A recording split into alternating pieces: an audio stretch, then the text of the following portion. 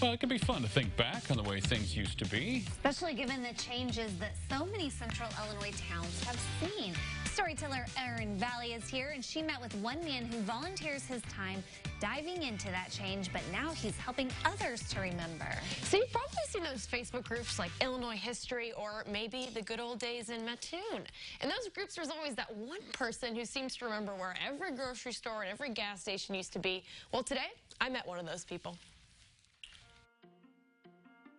Every time I think I've got everything lined out, I've come across something that I find more interesting, and then I'd like, okay, I'm going to run out of walls before I run out of ideas. If you're part of the Good Old Days in Mattoon Facebook group, you might have already interacted with Chris Serdick. You know, there are a lot of people that post on there lamenting the fact that this building's gone or that building's gone, and I always kind of try and put it into the perspective of, you know, what led to that. Chris has lived in Mattoon since he was 3 years old, but since retiring, he's volunteered his time archiving at the public library, just because he loves it. The library has always been a passion of mine since a young child, and I love Mattoon history, and so the two kind of came together. It's become a passion for me. Chris has documented everything from Mattoon dairy producers from 1900 through 1940, tracked down car dealerships throughout the years. Starting in 1910 with J.F. Mallory, who was the first new car dealer in Mattoon, and he sold Buicks. And discovered original blueprints of Mattoon High School.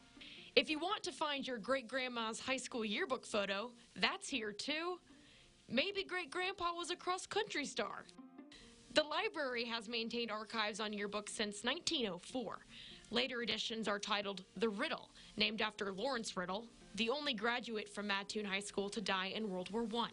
Patrons come down here and just spend hours just thumbing through the yearbooks. Sometimes they come to find a picture of their uncle or their aunt or their grandparents, and then they just get immersed in them. And speaking of diving into family history, Chris works closely with genealogist Barbara Crable. She's been adding obituaries and birth announcements to update family trees in over 2,000 family record files. Which can be very important, because once in a while someone comes in and we'll find that a book has already been done about their family. But the biggest project that Chris has worked on? Pinning the locations of 147 old grocery stores and about 100 gas stations and restaurants. Every neighborhood had a little mom-and-pop grocery store within walking distance. And knowing this stuff really does cure the public's curiosity. Chris answers Facebook posts like this all the time. Does anybody know where the brokerage was in Mattoon in the 70s? My mom worked there and met my dad there. The brokerage was first on the south side of Broadway, Chris commented. In 1938, they moved it to the north side at 1700 Broadway. We find things new every day, and I always say it's like peeling back an onion. As soon as you dig into something, you just go deeper and deeper, and it's an adventure every day. I'll connect you to the Good Old Days Mattoon Facebook group for anyone interested in joining. And if you're not a local, go see if your town or city has a group like that. I bet they probably do. Wow, that was a lot of old gas stations and grocery stores. I can't imagine how much work it takes to like uncover every little detail like that.